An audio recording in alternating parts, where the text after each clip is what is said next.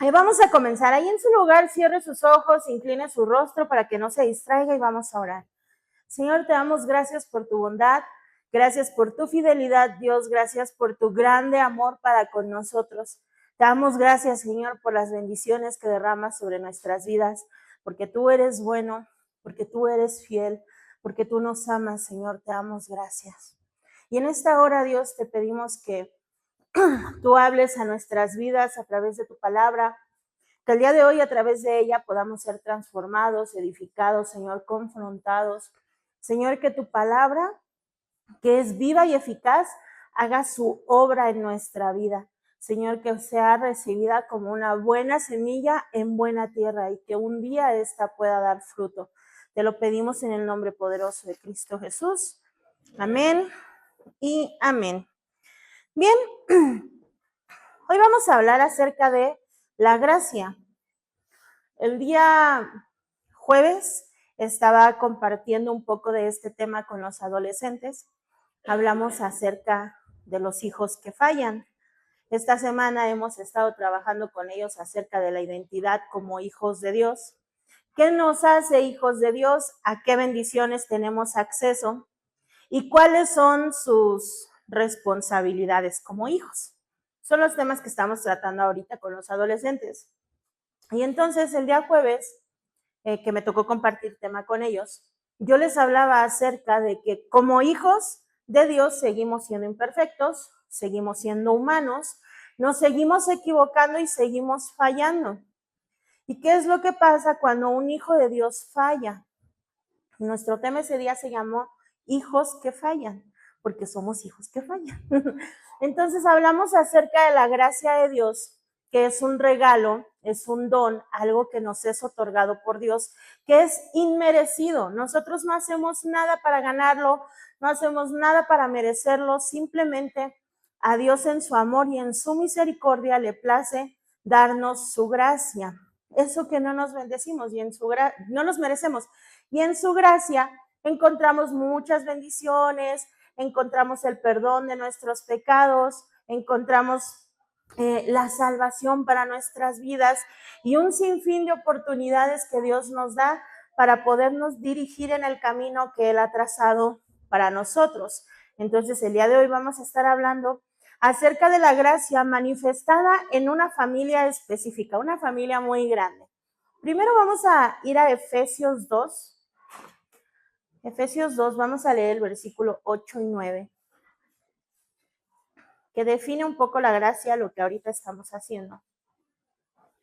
Yo tengo la Nueva Traducción Viviente y dice así: Dios los salvó por su gracia cuando creyeron. Ustedes no tienen ningún mérito en eso.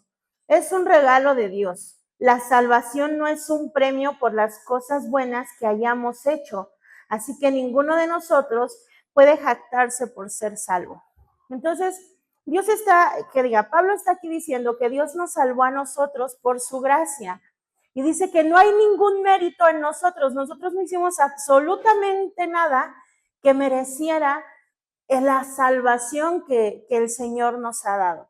Entonces, el día de hoy vamos a hablar acerca de la gracia que se manifestó en la familia de Jesús, en la familia del Mesías. En Mateo 1, del versículo 1 en adelante, quizás hasta el 9 o 10, ahí encontramos el registro de los antepasados de Jesús. Miren, ahí está, ¿no?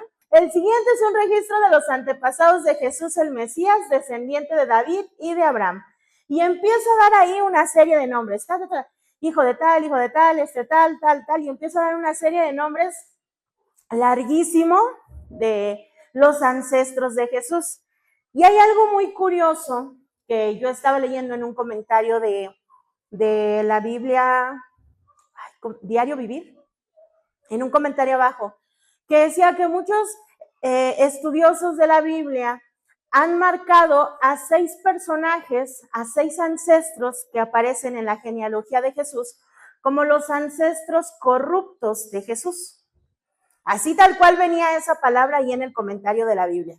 Los ancestros corruptos de Jesús.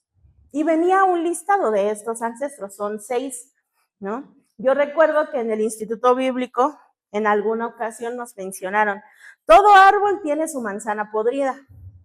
Y en la genealogía de Jesús hay 6 manzanas podridas. Yo nunca investigué como que quiénes serán esos 6, ¿no? Como que tenía una idea, bueno, pues ahí está Rahab, ahí está David, y pues se podría decir que ellos son como parte, ¿no?, de las manzanas podridas del árbol genealógico de Jesús. Ya fue en esta semana que yo me leí como que los comentarios bíblicos para ver quiénes son estas 6 manzanas. Ok, cuando hablamos de Jesús, el hombre perfecto, el Salvador del mundo, creo yo, no soy la única, nos hacemos una idea de que Jesús vino al mundo a través de una línea de personas perfectas y justas, que amaron al Señor, que creyeron en Él, que hicieron lo correcto, y como recompensa estuvieron en esa lista, ¿no? De poder ser parte de los antepasados, ancestros de Jesús. ¿No? Es decir, como que Dios escogió a las mejores personas que había en la tierra para que de esas mejores personas pues se fuera creando la línea de ancestros hasta llegar al hombre perfecto, que es el Mesías, en el cual no hay mancha, no hay pecado, no hay nada acusable, nada que se pueda señalar, no hay nada vergonzoso en él. Y entonces uno se puede pensar eso, ¿no? Pues Dios escogió a lo mejor de lo mejor para que su hijo, su propio hijo, viniera a la tierra. Pero cuando nos ponemos a estudiar a los ancestros de Jesús, nos damos cuenta que no es así. Que la genealogía de Jesús no es una lista de héroes o de hombres súper increíbles que marcaron la historia. No, la genealogía de Jesús en realidad es una historia de gracia. La familia de Jesús es una familia donde se manifestó la gracia de Dios a tal punto que de esa línea de personas marcadas por la gracia de Dios, que ya hablamos que es la gracia, ese don inmerecido, llegó como resultado al nacimiento de nuestro Salvador. Ok. Hay un mito que yo no sé dónde empezó, ni si es algo como que a los seres humanos nos pasa por la mente, que Dios solo usa a las personas que son santas, a los que son perfectos, que Dios solo llama a aquellos como que están súper capacitados y tienen todas las cualidades de un listado ya prescrito para que esa persona pueda ser usada por Él, o pueda ser bendecida por Él, o pueda ser salva a través de Cristo para el Señor. Eso es un mito, es una idea que no es correcta y no tiene ningún sentido delante de Dios, porque si así fuera, no hubiéramos necesitado un Salvador, porque la perfección estaría al alcance humano, estaría al alcance de nuestras capacidades humanas. Si eso fuera cierto, que Dios escoge personas perfectas o llama personas perfectas, porque eso implicaría que la perfección es algo alcanzable para nosotros, lo cual no es así.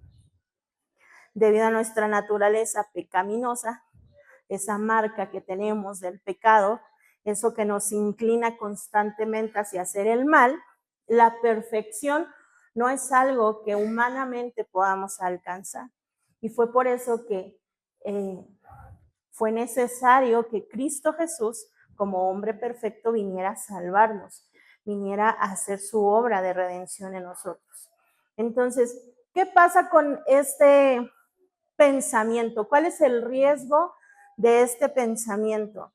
Que como personas podemos decir, sí está muy padre lo que nos predican en La Roca, sí nos bendice, qué bueno que nos quieran enseñar la Biblia, pero yo creo que me voy a acercar a Dios cuando esta situación en mi vida cambie. Me voy a acercar a Dios cuando deje de ser tan grosero. Me voy a acercar a Dios cuando por fin pueda dejar de consumir. Me voy a acercar a Dios cuando, y ponemos como una fecha, ¿no? Cuando algo en mí me haga merecedor de acercarme a Dios. Y eso nunca lo vas a encontrar, porque lo que te hace merecedor de acercarte a Dios es su gracia. la sangre de Cristo que fue derramada por ti en la cruz del Calvario. Y eso no es algo que tú hayas decidido, tú no tuviste nada que ver, no tienes mérito en esto. Jesús lo hizo y eso te hace merecedor de acercarte al Padre, acercarte al trono de la gracia, dice la palabra de Dios. Entonces tenemos como esta falsa idea de cuando esto sucede en mi vida, voy a buscar a Dios. Y saben una cosa, para muchas personas que un día tuvieron ese pensamiento, ese cuando, ese día, esa marquita en su calendario, nunca llegó. Nunca llegó. Cuando la puerta siempre estuvo abierta para ser recibido delante de la presencia del Señor. Entonces, Jesús, el hombre perfecto, vino a nosotros a través de personas imperfectas. Qué increíble, ¿no? El hombre perfecto vino a nosotros a través de personas imperfectas. Dios escribió su obra de redención con personas rotas, con personas heridas, con personas pecadoras. Y esto a nosotros nos enseña que no hay nadie ni nada que pueda ponernos lo suficientemente lejos del alcance de la gracia de Dios. Nada, ni tu contexto histórico, ni la familia de donde vienes, ni tu pasado, ni tus errores, ni tu carácter, ni tus características físicas o psicológicas, no depende de ti. No hay absolutamente nada que pueda mantenerte lejos del alcance de la gracia de Dios. Y encontramos ejemplos de esto dentro de la familia misma del Mesías, dentro de la familia misma de Cristo Jesús. Y vamos a hablar de estas personas, de estas 6 personas. No crean que solo les voy a mencionar, son 6 y ya. Las vamos a mencionar ahorita.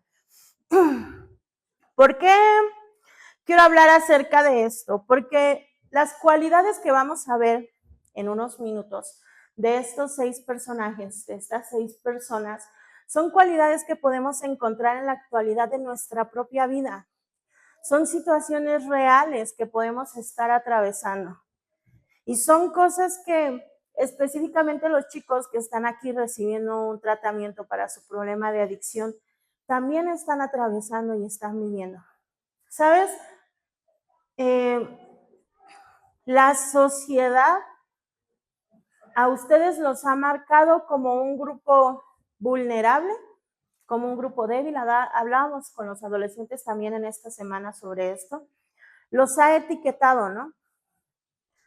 Como un grupo vulnerable, un grupo débil, algo despreciable, algo que hay que ocultar, algo que hay que solucionar. Una persona adicta socialmente está muy mal vista, es muy señalada.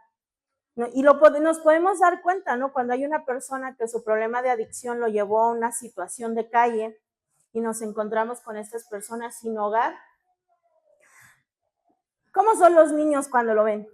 Es como que, no, le dan la vuelta, ¿no? Pasan lejos de él.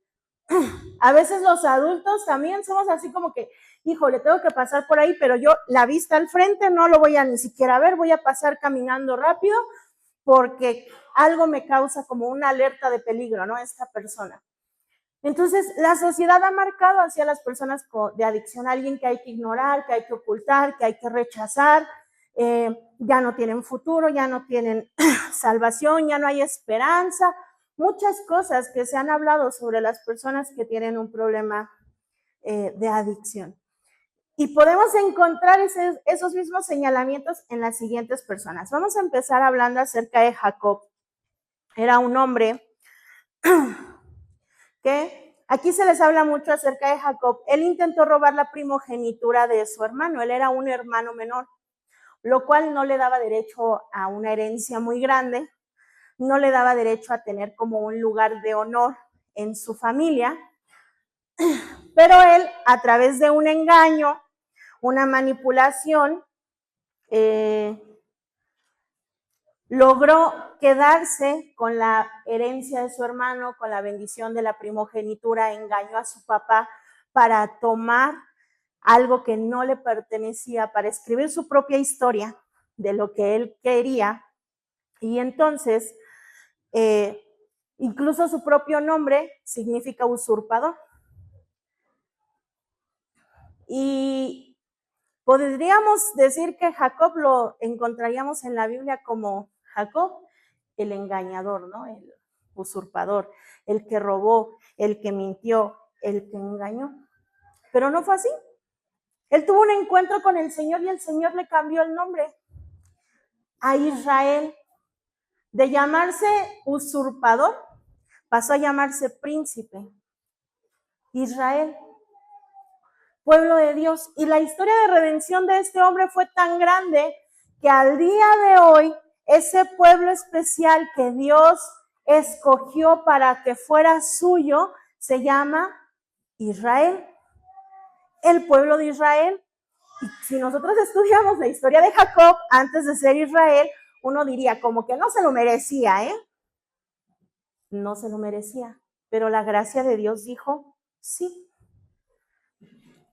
La sociedad puede decir no. ¿Cómo es que una persona que manipula, que miente, que es oportunista, que roba, puede llegar a ese lugar de honor de decir que Dios mismo le diga, tú vas a ser mi pueblo? Tus descendientes, tu familia, los tuyos, van a ser mi representación aquí en la tierra. Solo la gracia de Dios puede hacer eso. Solo Dios lo puede hacer. Qué genial, ¿no? Yo digo, qué increíble que Dios trajera al Mesías a través de personas que necesitaban y que se encontraron con la gracia de Dios. No a través de personas perfectas, no de lo mejor, sino aquellos que fueron marcados primero por la gracia.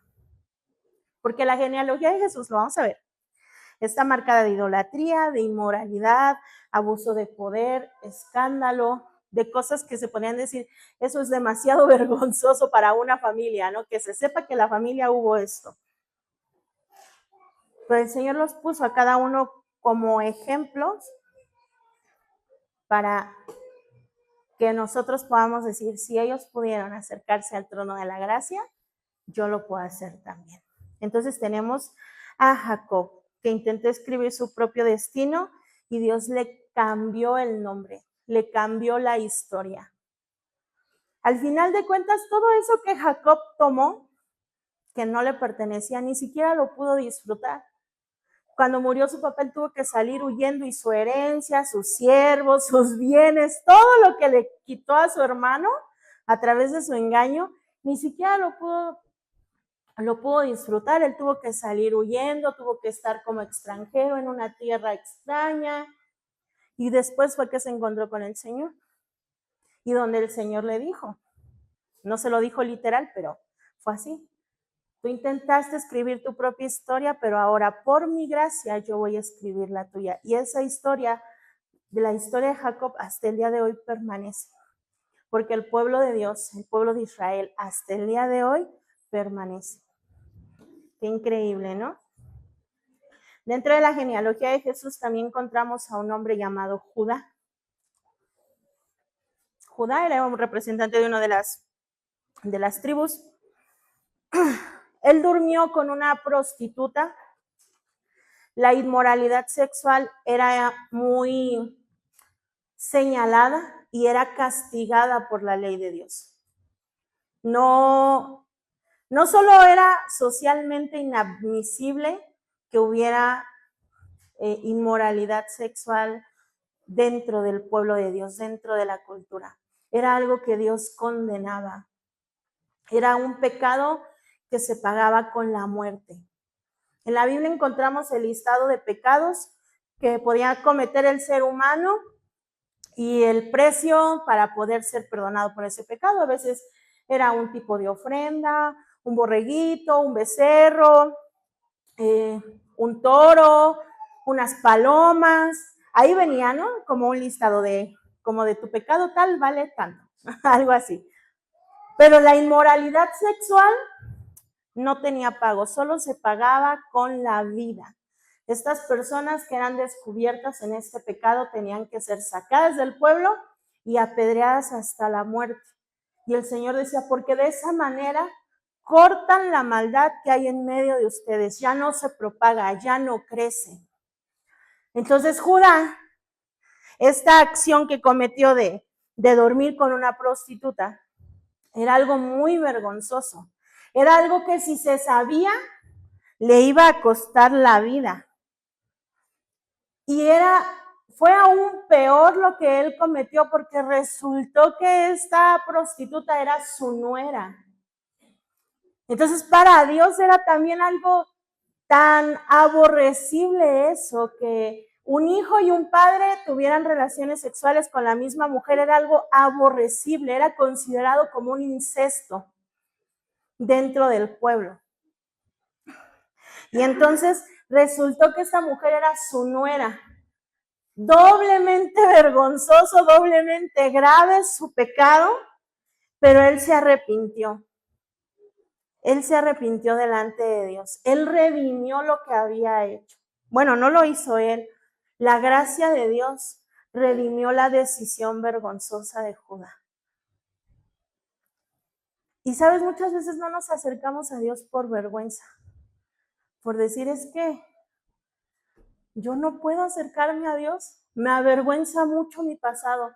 Me avergüenza demasiado las decisiones que tomé. Me avergüenza mucho la etiqueta quizá de adicto o de...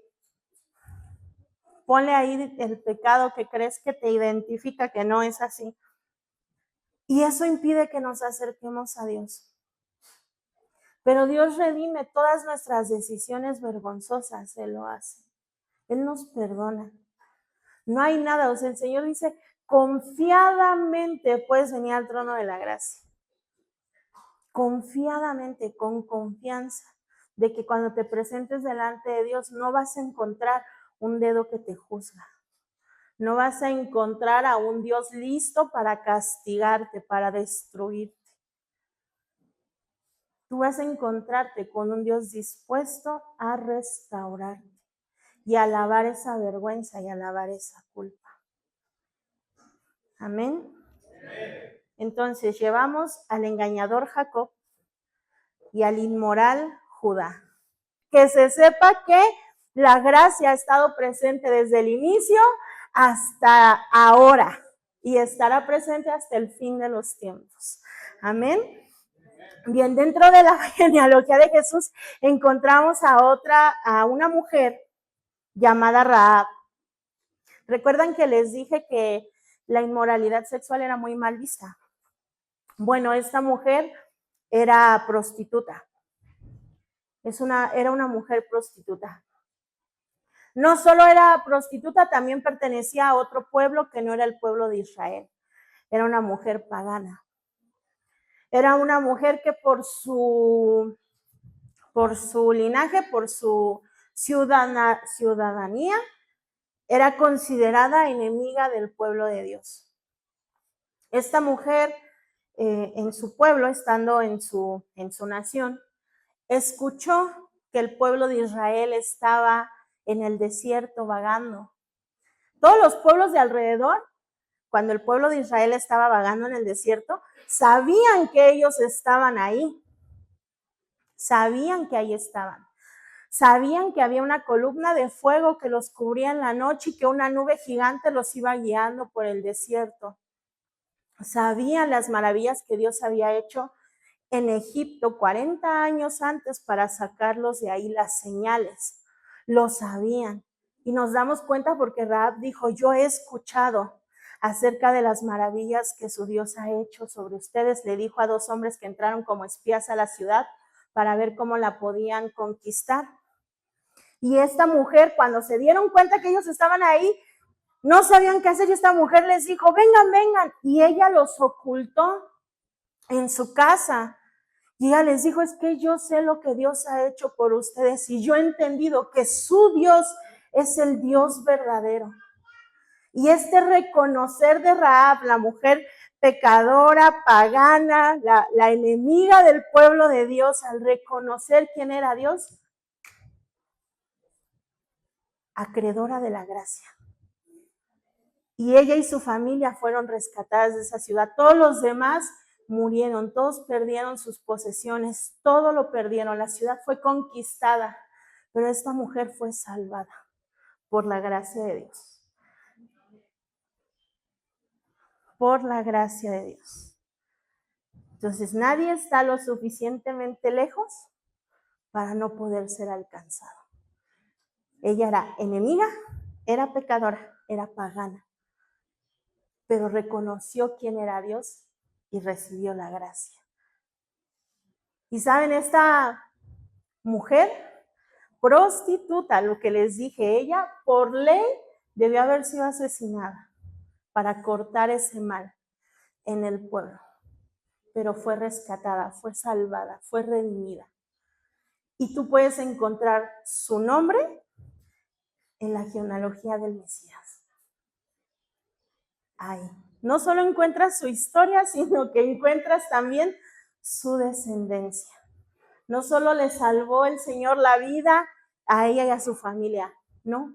Le dio la oportunidad de formar una familia, de ser madre, de ver a sus hijos crecer, de ver a sus nietos y formar parte de la familia del Mesías, de la familia de Jesucristo. Por la gracia. Porque nadie está lo suficientemente lejos para ser alcanzado por la gracia. Y hablando acerca de gente que estaba lejos, encontramos también en ese listado a otra mujer. Y es curioso que encontremos mujeres en la genealogía de Jesús, porque las genealogías solían solo incluir a los varones. Entonces yo creo que hay propósito de que estas mujeres aparezcan también ahí en el listado. Encontramos a una mujer que era extranjera también reconocida como enemiga de Dios, llamada Ruth. Ruth la Moabita. Tiene un libro en la Biblia, su historia completita está aquí en la Biblia. Y era una mujer extranjera. A ella no le tocaban ni las bendiciones del pueblo, no le tocaba ser reconocida como hija de Dios, como parte del pueblo de Dios, no le tocaba las bendiciones que le pertenecían al pueblo de Israel, pero la gracia de Dios dijo sí, porque la gracia de Dios no reconoce fronteras. No es por tu nacionalidad, ni por la ciudad donde vives, ni por tu familia. La gracia de Dios no reconoce fronteras. Ruth la extranjera, su historia fue marcada por la gracia, y su historia que encontramos en la Biblia es una historia de redención, de cuando Dios restaura, redime, cuando vuelve lo que nos pertenecía al lugar correcto. No sé cuánto tiempo, ahí ya llevo tiempo, que no tengo reloj ahí ahora. Bien, vamos a pasar al siguiente, que es el rey David, el dulce cantor de Israel, el hombre conforme al corazón de Dios. También fue marcado por la gracia a través de su vida. Él cometió un error con los adolescentes, ellos se saben bien la historia, se las conté bien, espero que se acuerden. Se las conté muy bien la semana pasada. Pero David cometió adulterio con una mujer casada, tuvo relaciones sexuales con una mujer casada, la embarazó. Para tratar de librarse de esta situación hizo ahí todo un enredo de cosas mañosas para salir de la situación. No le salió como él quería y su solución fue, bueno, pues voy a matar al esposo para que no haya quien me reclame por lo que hice. Cometió asesinato y cuando fue confrontado por este pecado, porque él como que pasó eso y dijo, ay, ya estoy libre, ya no hay quien me reclame, ya nadie me va a preguntar ya nadie me va a pedir cuentas por su mujer, porque pues ese hombre ya murió, ¿no? Entonces él andaba muy tranquilo en su palacio y el Señor le envió a un profeta para confrontarlo y decirle, tú hiciste esto y esto y esto y eso está mal.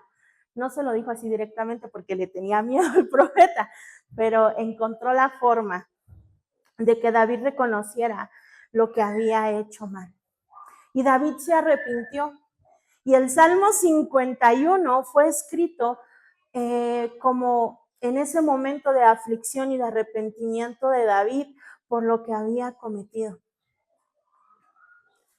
Y el Señor lo restauró, el Señor lo perdonó.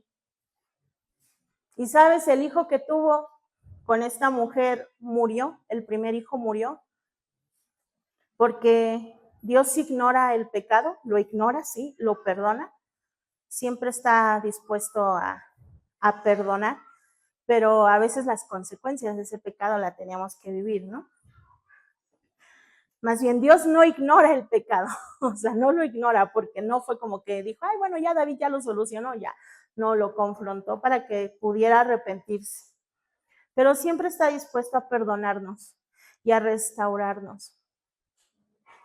Y el nombre de esta mujer no aparece en la Biblia, pero también fue ancestro de Jesús. Un segundo hijo que tuvo con ella, que David tuvo con ella, está ahí en el listado de los ancestros de Jesús, de su genealogía.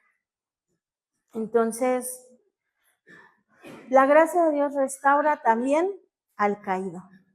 Al que ya probó la gracia y que volvió a fallar, la misma gracia te vuelve a levantar, te vuelve a restaurar, te vuelve a llamar. La gracia restaura al caído. Bien, y llegamos al último, ya para terminar, que lo encontramos ahí, el rey Manasés. Él fue un rey de la tribu de Judá. Sí fue de Judá, ¿verdad? Sí, creo. Cuando Israel estaba dividido en dos reinos, él fue el rey de Judá. Entonces, este rey cayó en un pecado extremo. Cayó en brujería, en idolatría, pero así extrema. Empezó a practicar sacrificios humanos, orilló al pueblo a participar en sacrificios humanos, sacrificaban niños, bebés, los sacrificaban. Y a todo el pueblo lo orilló a pecar. De hecho, lo encontramos en el listado de los reyes más malvados que hubo en aquel tiempo. Fue,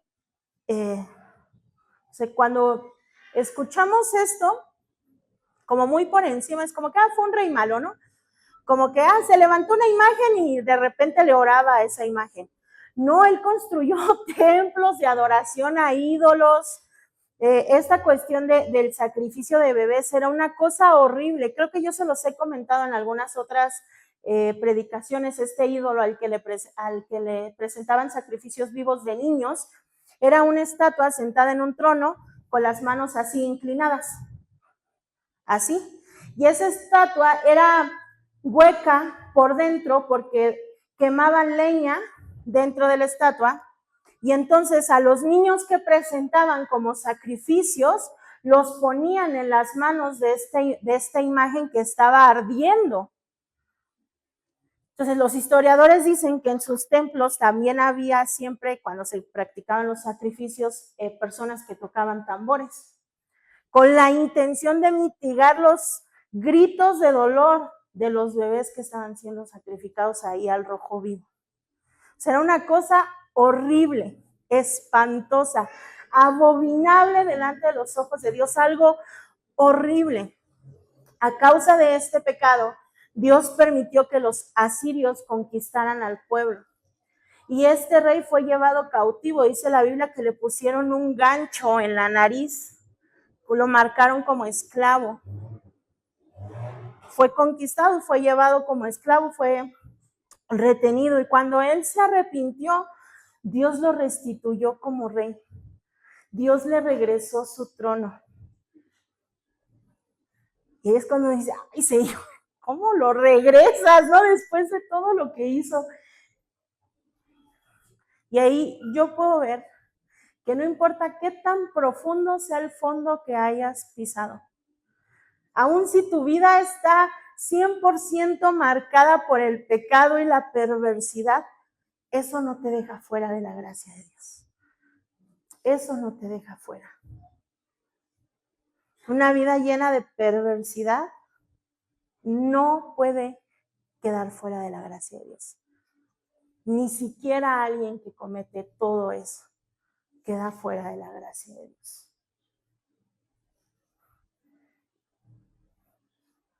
Y de ahí vino Jesús. Con esa herencia genealógica, con esa herencia genética, vino Jesús. De idólatras, de extranjeros, de perversos, de asesinos, de historias marcadas por la vergüenza, para enseñarnos que la gracia de Dios no deja fuera a ninguno, no deja fuera a nadie. Tenemos acceso a la gracia de Dios.